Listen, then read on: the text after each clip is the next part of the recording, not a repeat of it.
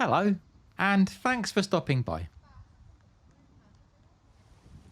Today, I'm in Bletchley, which, if you take a fast train from Euston, is just under 40 minutes from central London.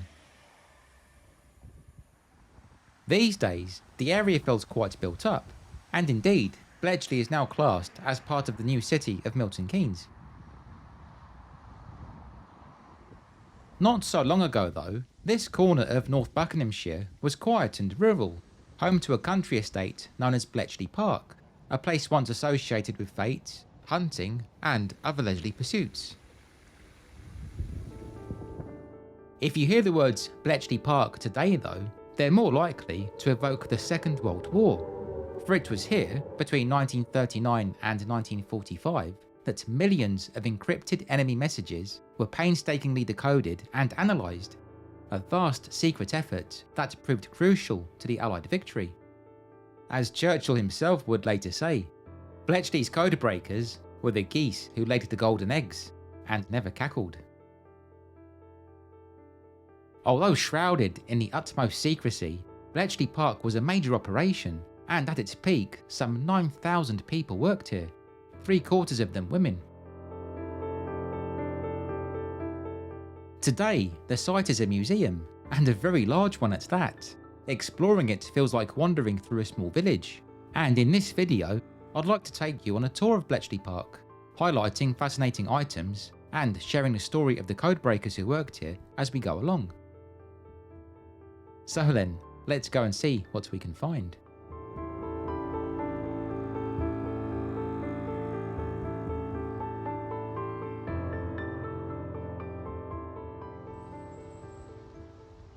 Bletchley Park was first established as a country estate in the late 18th century.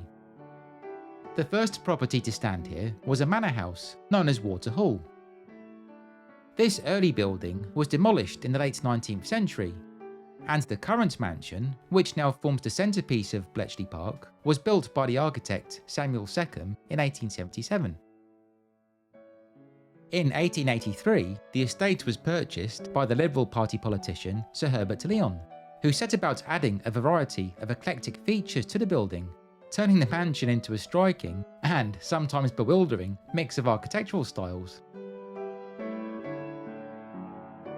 Sir Herbert Lyon died in 1926, and when his widow passed away in 1937, Bletchley Park came up for sale. Initially, the land was purchased by a property developer named Captain Hubert Faulkner, who planned to demolish the mansion and build a new housing estate.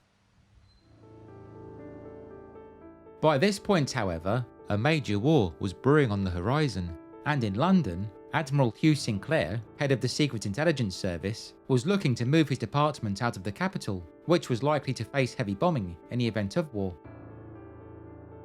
In his search for a new location, Admiral Sinclair came across Bletchley Park, which struck him as perfect. Although in a safe, rural location, it was still well connected to London and other major cities thanks to the nearby A5 road and the London to Glasgow railway line, which passes right through Bletchley. In those days, Bletchley also lay on the so-called Varsity line, which connected Oxford and Cambridge, two universities from which many of those employed at Bletchley would be recruited. Furthermore, Bletchley was also close to the Fenny Stratford repeater station, that being an early telecommunications facility that provided direct access to the nation's network of communications cables. Upon finding this gem, Admiral Sinclair wasted no time and snapped up Bletchley Park for £6,000, roughly £360,000 in today's money, which to be honest, sounds like a bargain. So urgent in fact was the need to acquire the estate, and no doubt to aid secrecy, Sinclair paid for Bletchley Park out of his own pocket.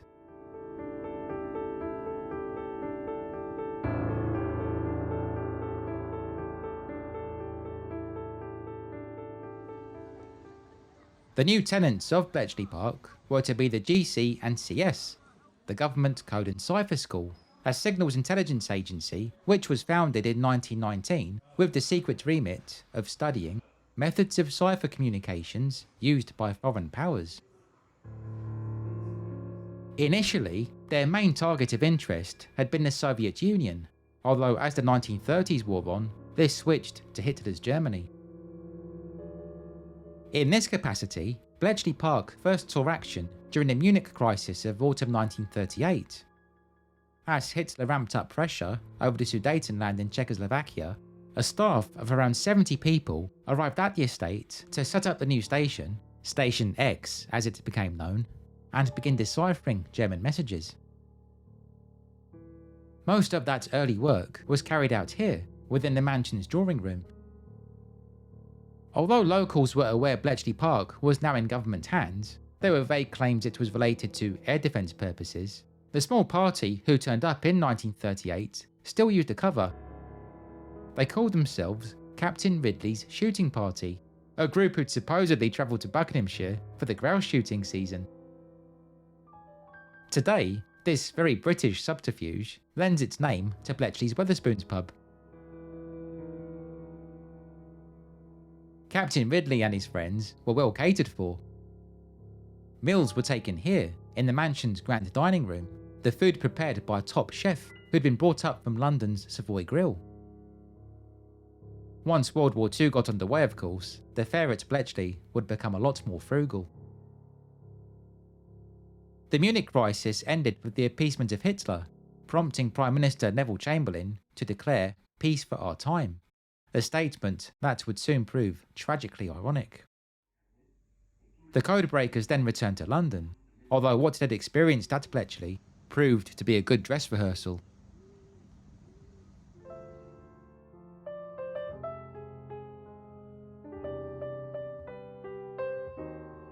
Despite Neville Chamberlain's optimistic proclamation, there were many who, quite rightly of course, knew that war was inevitable.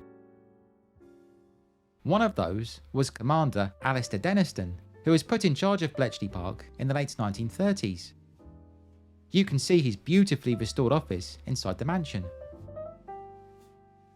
An affable man who loved chess and had a knack of dealing with difficult people, Alistair Denniston had been involved in code breaking since the earliest days of World War I, and he knew he was going to need some of the finest minds available, particularly those who are adept at languages, mathematics, and analytics.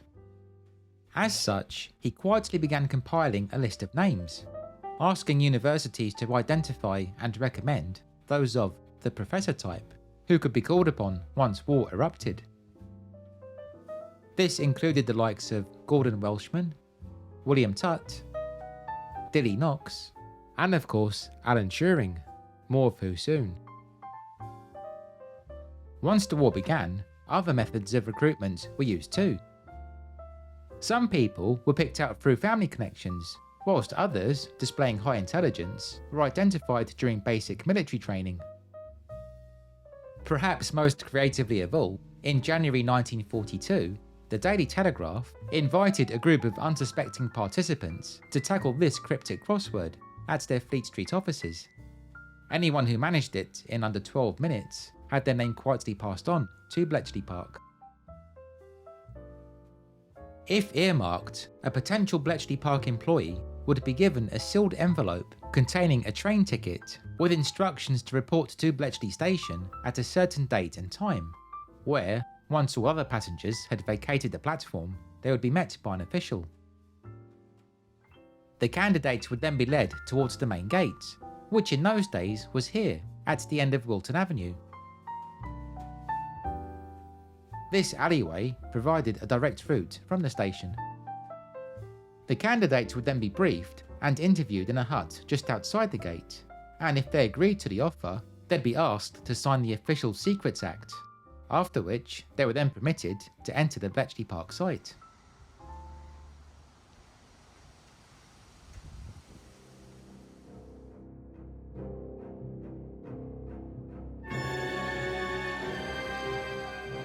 By the outbreak of World War II in September 1939, the art of military encryption was highly advanced.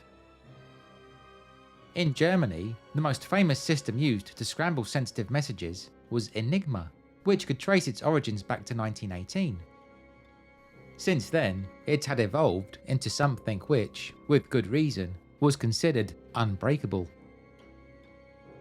Thousands of Enigma machines were built. Bletchley Park now has the world's largest collection of them, and although there were variations, they were essentially the same setup: a box containing a battery-powered device resembling a typewriter.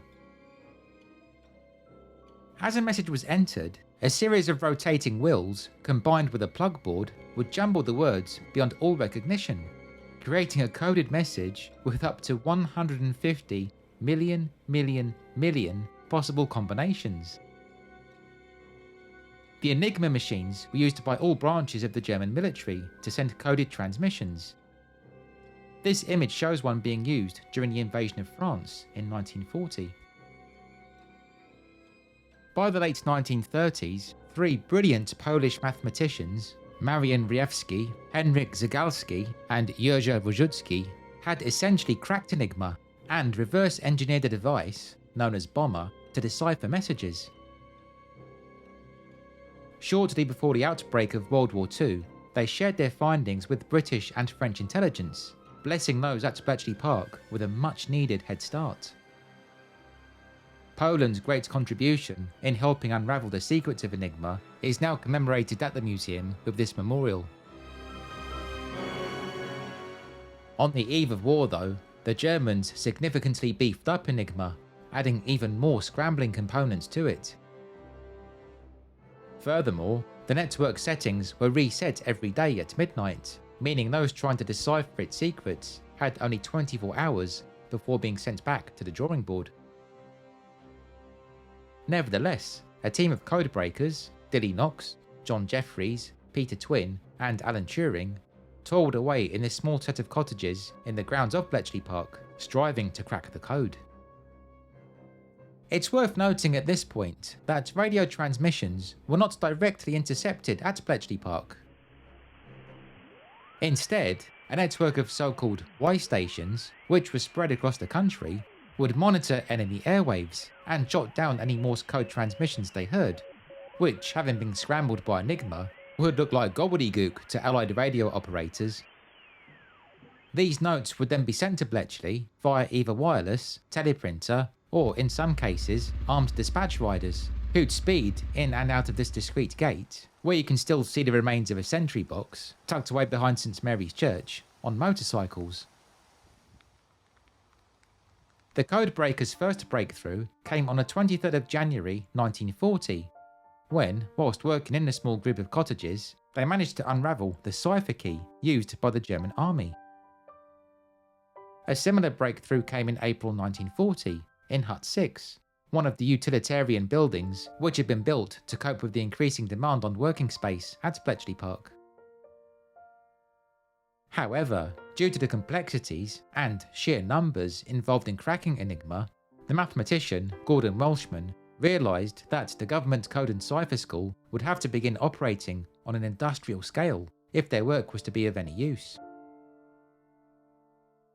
The solution to this was the creation of a large electromechanical device called the Bombe, which vastly improved upon the earlier Polish Bombe. The Bombe was designed by Alan Turing. You can see a collection of his blueprints for the device on display in Hut 11A. And in the National Museum of Computing, located in the northwestern corner of Bletchley Park, you can view a working replica. The machine itself was engineered by Harold Keane, who was nicknamed Doc, as for some eccentric reason he always carried a doctor's bag, and built by the British Tabulating Machine Company in Letchworth, Hertfordshire. Improvements to the Bombe's efficiency, meanwhile, were implemented by Gordon Welchman. The first bombs at Bletchley were housed here in Hut 1, although they were soon transferred to Huts 11 and 11A, which, with concrete walls, afforded better protection. Over 200 bombs were built, many of which were installed at Stanmore and Eastcote in northwest London, although all of the data they provided was sent to Bletchley for processing. In Bletchley's dark, austere Hut 11, rows of bombs would grind away 24 hours a day, swiftly decoding countless enemy messages. Each machine was meticulously maintained by a team of 2 women from the Women's Royal Navy Service, the Wrens. The machines gave off a ferocious heat, and this, combined with the noise and stench of cigarette smoke and engine oil, meant working here wasn't exactly pleasant. So much so that Hut 11 came to be nicknamed the Hellhole. Once a message was decoded, the Wrens would note it down and send it to the next department for translation and analysis, a system which helped the Allies gain a broad overview of the enemy's plans and movements. This highly prized intelligence came to be dubbed Ultra. Once compiled, Ultra intelligence was radioed out to military commanders from a wireless station based in this unassuming little hall, known as Windy Ridge, in the village of Wadden, about 3.5 miles west of Bletchley.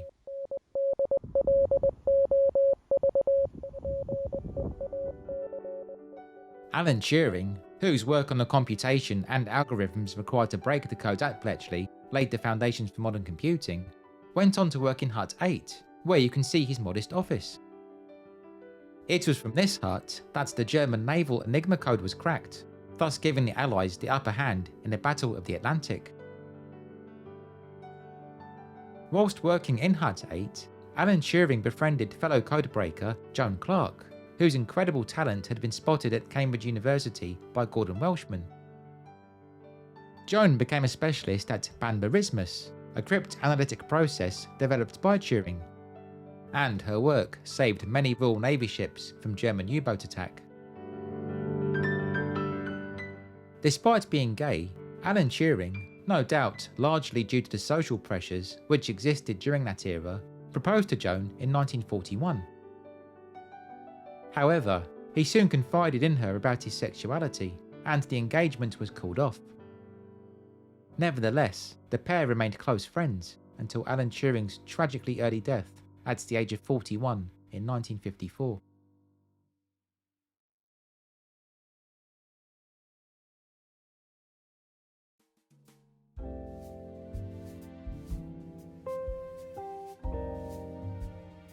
As the war dragged on, Bletchley Park expanded rapidly. The mansion and surrounding small wooden huts soon proved inadequate for the demands of Ultra, and so, in 1941, 3 large new blocks were built. Block A came to be home to the naval section. It was from here that the enemy's activities at sea were plotted on large nautical charts. Block B came to accommodate those working on Italian and Japanese ciphers. Today, Block B serves as Bletchley's main museum section, which includes an area devoted to Alan Turing's work on computer science. You can even see Porgy, his teddy bear, who he'd practiced lectures in front of. Block C, meanwhile, which now forms the museum's main entrance, housed large holorith punch card machines, which were used to rapidly analyse codes and data. Despite being a huge site, none of those who worked at Bletchley Park actually lived here. Many were billeted to homes, hotels and pubs within the surrounding area. Alan Turing, for example, lodged here, at what used to be the Crown Inn in Shenley Brook End, which, like Bletchley, is now part of Milton Keynes. Others lived in barracks, which were spread across 2 neighbouring RAF camps. Today, you can see a surviving example of such a building, which once formed part of a much larger hostel, on the corner of Wilton Avenue and Church Green Road. This hutch used to house female residents, and today it's now Bletchley Driving Test Centre. Because so many people lived off-site, transport was provided around the clock to facilitate travel to and from the base. This operated from the large garage beside the mansion's stable yard, and if you head there today, you can view several vintage vehicles, including this beautiful Packard 6 sedan, which dates from 1940 and was used by MI6, and this 1938 Austin ambulance.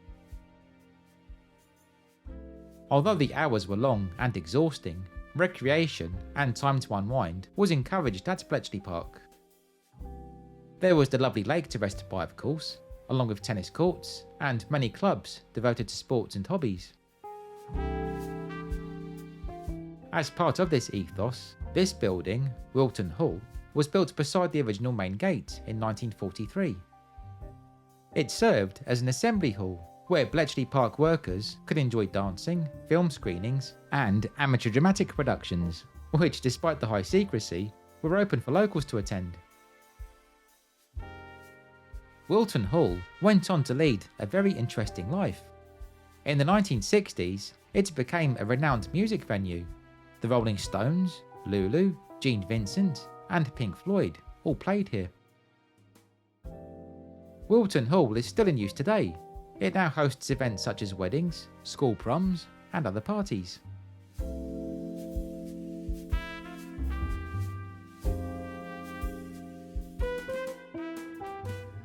Enigma wasn't the only code staff at Bletchley Park managed to crack. In 1940, those working at the Y stations intercepted transmissions from an altogether different type of cipher machine, messages which the Codebreakers came to dub Fish, and the mysterious machine transmitting them, Tunny. Tunny was in fact this formidable looking bit of kit. The Schutzelsatz, meaning cipher attachment, you'll have to forgive my German, which was manufactured by the Berlin-based Lorenz electrical company. The Lorenz machine was hyper-secure and used solely by a handful of those in the Nazi high command, including Hitler himself. In the late summer of 1941, a German operator made a critical error when asked to resend a 4,000 character long transmission on the Lorenz machine. Seemingly disgruntled at having to do it all over again, the operator didn't reset the system as required and resorted to speeding up typing by using abbreviations. By comparing these two similar transmissions, codebreaker John Tiltman, a man so intelligent he'd been offered a place at Oxford at the age of just 13, managed to crack the Lorenz code within 10 days. As with Enigma though, a fast modern method was required if any sense was to be truly made of Lorenz, and this is where a fellow named Tommy Flowers comes in. Born into poverty in London's East End in 1905, Tommy Flowers rose to become an accomplished electrical engineer, eventually working at the Post Office Research Station, which was based in Dollis Hill. Tommy first came to Bletchley Park's attention in 1941 when Alan Turing sought help designing a certain component for the Bombe machine. Turing was impressed with his work, and in 1943 he introduced Tommy Flowers to Max Newman, who was working on the Lorenz cipher. In designing a machine to decode Lorenz, Tommy proposed the creation of a sophisticated system using vacuum tubes. In other words, one of the world's first electronic computers, an incredible advancement for the time. Despite some skepticism, the senior figures at Bletchley encouraged Tommy Flowers to attempt building such a machine, although he had to contribute some of the funding himself. His first machine was called Robinson, named after the artist Heath Robinson, whose illustrations often featured complex, whimsical contraptions, and like Turing's Bombe, a working replica can be seen at the National Museum of Computing, as can this mural of Tommy Flowers, which was rescued from a London pub. The Robinson design proved successful, and after being refined at Dollis Hill, Tommy Flowers' larger machine, known as Colossus due to its size, this is a working replica, was installed at Bletchley Park in January 1944. Just 6 months later, Colossus played a crucial role in supplying intelligence for the D-Day landings, and even provided an insight into Hitler's thinking.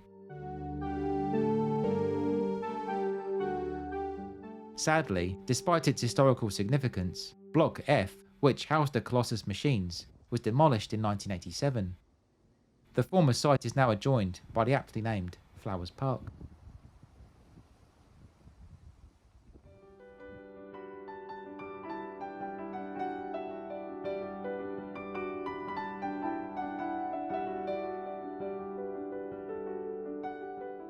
Once the war ended, operations at Bletchley Park were wound down very quickly. Despite providing critical intelligence that saved countless lives and is estimated to have shortened the war by 2 years. Those who worked here were never allowed to speak of their work, and in most cases, the vow of secrecy they swore was taken to the grave. After World War II, the buildings at Bletchley Park were repurposed as a training centre for teachers, post office workers, and air traffic controllers. What had happened here in World War II only began to emerge in the mid-1970s, and even then, there were limits on what could be revealed. Over the decades, many of the buildings fell into disrepair, and being such a large site, a number remain in a state of decay today. In 1991 though, Milton Keynes declared Bletchley Park to be a conservation area, and in 1993, the site opened to the public as a museum, finally allowing us to uncover the remarkable stories of the hidden heroes who worked here all those years ago.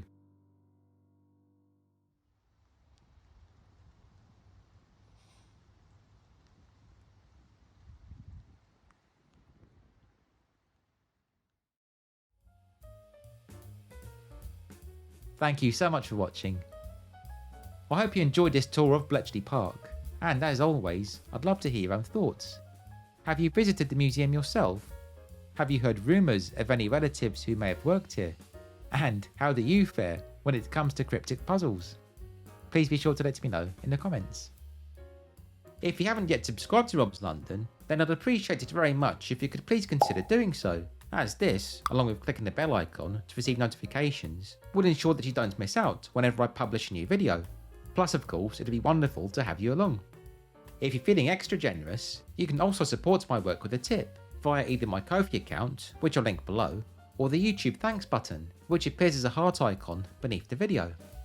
Any such financial donations are of course greatly appreciated, and they really do help go towards creating content. Anyway, on that note, thanks again for watching friends. Stay well, and please be sure to stay tuned.